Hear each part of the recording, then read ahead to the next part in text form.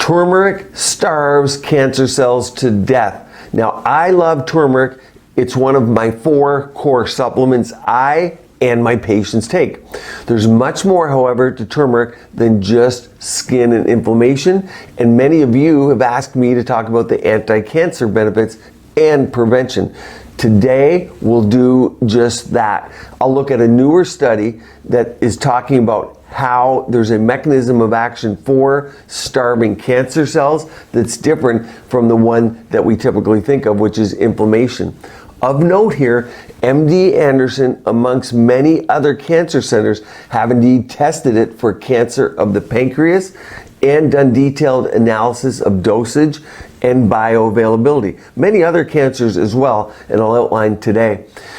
Its attraction is that it blocks that major step that causes cancer, one that links inflammation to cancer and cancer progression. If you follow my videos, you know we oft talk about inflammation, inflammaging, and the fact that turmeric, amongst other supplements, I'll say, or foods, attacks things as an anti-inflammatory. But curcumin is the only drug we have that blocks this particular step. Number one, yes, I call it a drug. I'd say it's the closest supplement we have to becoming a drug. One big stumbling block for being FDA approved is it has poor absorption. So we have to establish a cause and effect. That's very hard when you can't get predictable levels from eating it. Now, you can give it IV. I've had it personally IV. So you put an IV line in, you put a bag up of curcumin, it takes about an hour to get, because it does burn a little bit, you drip it in. Now, I have no vested interest. I don't have an IV bar. I don't do IV infusions of curcumin. I'm just sharing that with you. As a side note, curcumin, as a reminder, is the active ingredient in turmeric. So turmeric, whether you take it as the root or you take it as a supplement, the active form is curcumin. That's why I'm saying curcumin and turmeric interchangeably. Number 2 in there of note is that inflammatory pathway is known, but today I'm going to show you one different pathway that people are looking at, which is the energy pathway. But first, understand there are existing today over 4,000 published studies that describe the anti-cancer effects of curcumin. Today's study, as I said, is going to be about that additional mechanism that starves the cancer cell of energy. Keep in mind the cost benefit of curcumin is highly favorable with minimal downside. So the fact that it's not an FDA approved drug, understanding that some supplements that we take do have a lot of side effects. Coming to mind would be something like garlic, and I have videos on that. I like garlic, but a lot of people can't take it.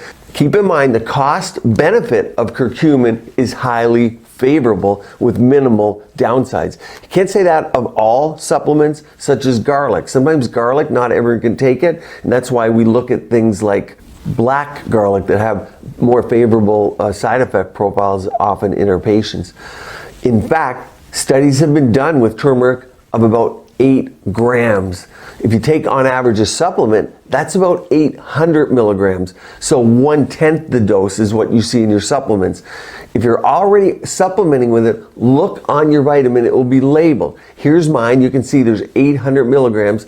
I add ginger, quercetin, bioperine. Now I talked about the absorption. Pepper is something that increases it multiple fold for absorbing it if we're taking it orally. Now if you're using turmeric root, taking pepper helps. Absorption is a very key element with turmeric. Also, as an aside, we often think that maybe the turmeric doesn't just get its effect from being in the bloodstream, but actually affects the gut and has such a favorable profile in the gut that there's mechanism of action through the bowel without it even having to be absorbed. So you can see many more studies are coming, but let's get into today's one on starving cancer. So cancer cells are, in simple terms, cells that are growing out of control. They're not abiding by the cell reproduction limiting mechanisms that our body has in place. Thus, cancer cells require a tremendous amount of energy to promote this rapid growth. This new study we're talking about today shows how curcumin can selectively starve tumor cells. Selectively is going to be a key. This mechanism is especially appealing for cancer chemoprevention because it would target the great majority of cancers, because this pathway exists in many cancers. I'll outline a few specific cancers at the end that have been extensively studied with curcumin. The starving we're talking about occurs by depriving the cells of their ability to make and use ATP. Many of you have heard of this. It's the energy currency within the cells, adenosine triphosphate. Since most cancer cells generate ATP in a different way than healthy cells, the curcumin selectively kills tumor cells with no impact on the healthy tissues. And this is exactly what we're trying to do with any form of chemotherapy. We wanted to target, and that's why you hear of gene targeting is the next big thing. You see, cancer cells have a very unusual oxygen-free mechanism of extracting energy from glucose to produce this ATP. It's what makes them function, or allows them to do this. Normal cells, they do require a lot of oxygen, and this is normally one of those limiting factors that I mentioned that stops out of control growth. But the cancer cells, on the other hand, they can survive in this low oxygen environment because they can grow rapidly without it. So by attacking that mechanism, that's a very specific way to target fast-growing cells. Since many types of cancer use this metabolic kind of a trick to extract the energy, the researchers studied curcumin's impact on a variety of tumor cell lines. So in this study, they didn't just look at one tumor cell line. They looked at things like leukemia, breast, melanoma, and colon cancers. Let's look at the findings here. I'll outline them in rough form, and then we'll look at the study to see some key points. So that way, if you do want to read the full study yourself, you can look at it. But what are the key findings that those that want to extract that from this video first? The first part of the study showed that curcumin was able to reduce the levels of ATP synthase. That's the enzyme that creates ATP in all 4 tumor cell lines in culture. Number 2, they found that it could reduce the cellular levels of ATP in 3 of the 4 cell lines that we have in the body. For those wanting to geek out a little bit more, the 4 cell lines are epithelial, endothelial, neuronal, and fibroblast. But number 3, they found there was a lower ratio of higher energy ATP to lower energy AMP in all 4 cell lines. So that's one thing. So they're showing that it can reduce the amount of energy available. Number 2, the next step, they implanted aggressive skin cancer cells or melanoma cells into live mice. Half of the mice were treated with curcumin and the other half served as a control group. Just 2 days into the study, the curcumin treated mice were demonstrating significantly slower tumor growth. The tumor growth had remained significantly slower for the entire period of the study. Not surprisingly, and here's the kicker, the ATP synthase, ATP levels, and the ATP to AMP ratio were significantly lowered in the curcumin group. These results give us a clue that the energy starvation was the mechanism of action by which curcumin slowed this growth. One of the energy starvation treatments we do for tumors is to cut off the blood supply by embolization, but it's much better to do this with a non-toxic supplement if possible. In other words, we know the tumors need more blood supply to grow. So radiologically, you can put a catheter and you could find out where the tumor's growing the most, and boom, just like a stroke in the brain is where you stop blood supply to an area, that's a negative kind of a stroke. You can induce a stroke to a tumor so that you get less blood flow to it. But this would do it through a supplement, through a non-toxic element. That's the idea here. Slow down blood supply. Next is, can the curcumin prevent new blood vessel growth? So cancers need this blood vessel growth and development to support all the nutrients of these rapidly growing cells. Blocking this process is an important way to limit the growth and the spread of a tumor. After removing the tumors from the mice in this exact study, the researchers found that the curcumin supplemented animals' tumors had fewer new blood vessels. So there you go. Again, that other mechanism of action seems to be at play.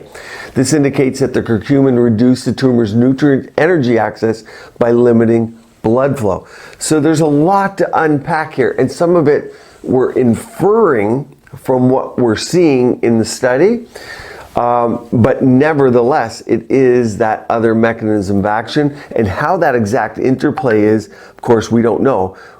You're just inferring from those three elements I aforementioned talk about, and looking at the fact that there is reduced blood flow, and then you kind of connect the dots. Of course, more studies, and very particular specific ones, will be done to study exactly that mechanism. Okay, let's look at this article here. Carcinogenesis 2018, okay, that's when it was done and published. Curcumin induces a fatal energetic impairment in tumor cells in vitro, meaning in a test tube, in vitro, outside of life, and in vivo, meaning in a living organism, by inhibiting ATP synthase activity. So let's move on in this article here. And if we scroll down, let's look at this abstract so you can see what we're talking about here. If we look, so curcumin has been reported to inhibit inflammation. We talk about that so much in the body, in the joints, in the eyes, in the skin. But here, inflammation and tumor growth. Angiogenesis, that's the production of new blood vessels. And VEGF, vascular endothelial growth factor, VEGF, that's something I talk about with PRF, platelet-rich fibrin. And metastasis by decreasing cell growth and inducing apoptosis, mainly through the inhibition of nuclear factor kappa. That's the one we know about. Now, apoptosis is the death of cells. It's how the body gets rid of cells. It's a natural way that cells die off. So to read that again, curcumin has been reported to inhibit inflammation, tumor growth, angiogenesis, and metastasis by decreasing cell growth and by inducing the death of cells, mainly through that nuclear factor kappa.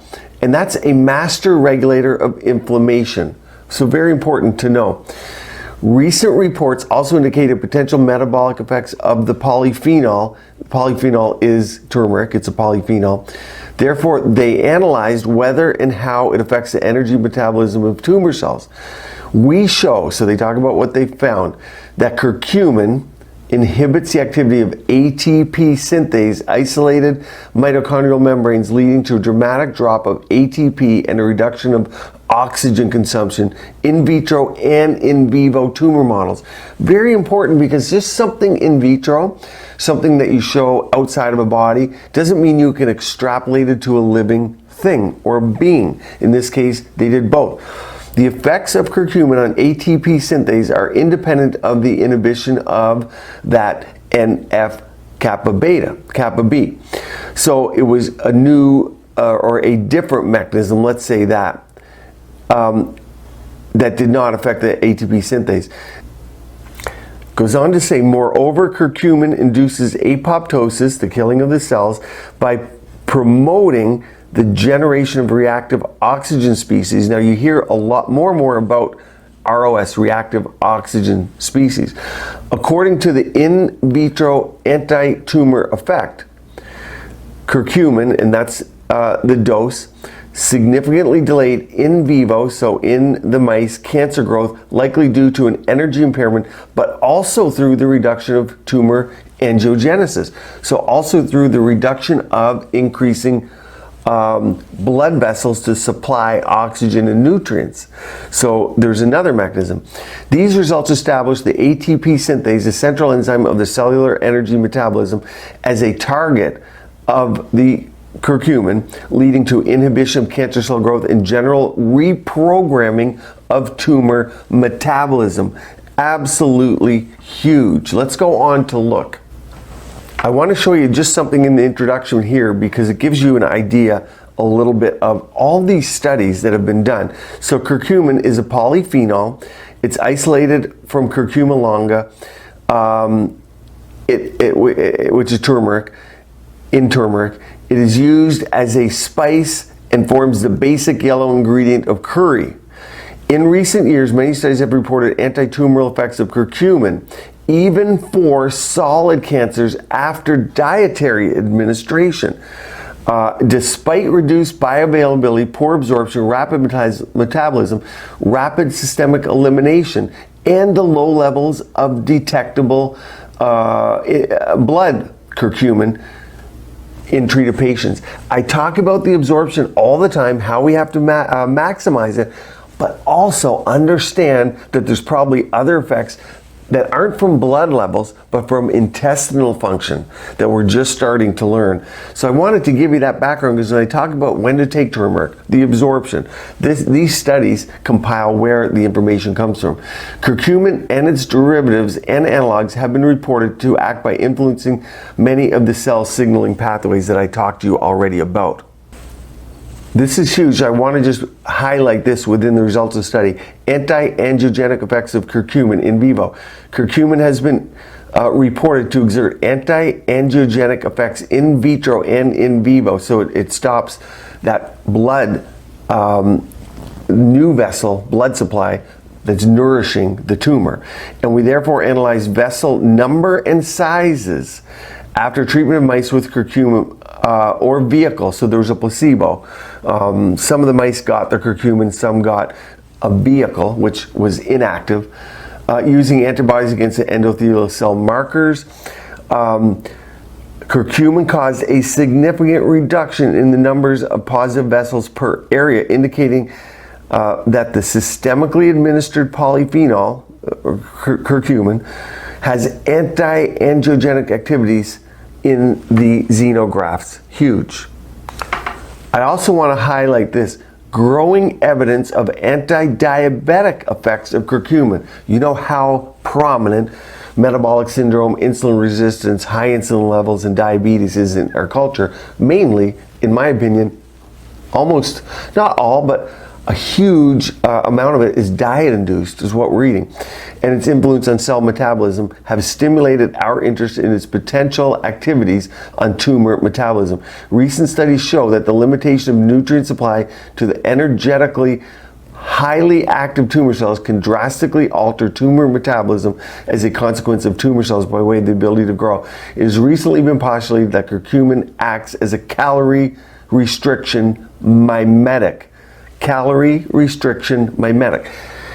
We talk about intermittent fasting quite a bit, and calorie restriction, there's a lot of studies, calorie restriction diets, fasting, is that it's helpful. I know there are some recent ones against it, but I think there is a lot there to unpack, and there are going to be benefits. It's pinning it down. Personally, for me, like today, we're out at 1 p.m., I haven't eaten anything. Very common for me not to eat until 2 or 3, and then I eat at 8 or 9 at night. So by nature, I'm getting a period of fasting. But you see where all of this kind of comes together, and a lot of the information I'm giving you when, how to take it, comes from studies like this. And they are absolutely continuing, and this is a necessary area of research that needs to be ongoing, but I always bring the snippets and pieces of advice and give it to you in my videos. So curcumin, found in turmeric, has long been known to possess tumor-fighting properties, but this most recent study that we're looking at today added that abundance of evidence pointing to curcumin's potent cancer-fighting abilities. So let me know in the comment section, did you like this video? Do you want more of them? Do you like the deep dives? I'm reading these studies anyway. It's pretty easy for me to present them to you. Stay tuned here. Keep your skin and body beautiful, healthy, and vibrant.